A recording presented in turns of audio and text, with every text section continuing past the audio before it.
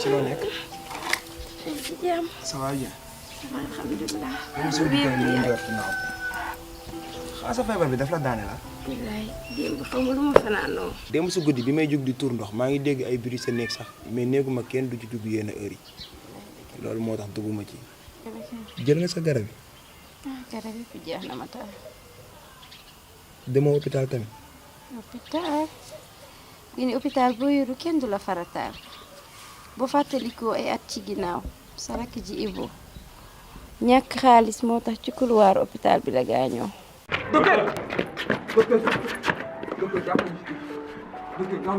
mais où est-ce que vous étiez pendant tout ce temps ngeen bàyyi ko ba situation bi critique nii ah. kii démb asmaan bi moo ko daaneeloon te pompe bi dafa jeex moo tax. non bu ngeen amee malade da nga koy teel a indi mais bu ngeen ko bàyyi ba situation bi critique ngeen doo ko indi yéen tamit aussi en plus vous n'avez pas porté vos masques yéen sol seen masque boo leen ñëw fii oui ma indi leen ko da ngay dem fële nga jënd ticket comme ça ngeen ñëw ñu xool docteur wóor na yàlla jamono yi yoruñu dara suñuy poos dimbali ñu rek nga téye ko après ñu dem li jënd ji. oui ma bu fekkee amu leen lu ngeen jëndee ticket kon da ngeen di dem ngeen teg ko ne bu ngeen jëndee ticket bi ngeen ñëwee comme ça ñu xool ko parce que hôpital bi doxeewul noonu. docteur jàpp ci te yàlla tax kii mi ngi dee yaa ko wax léegi. non non là je suis désolé man moom suñu ko réer. docteur day jàpp nga jël ko te yàlla tax.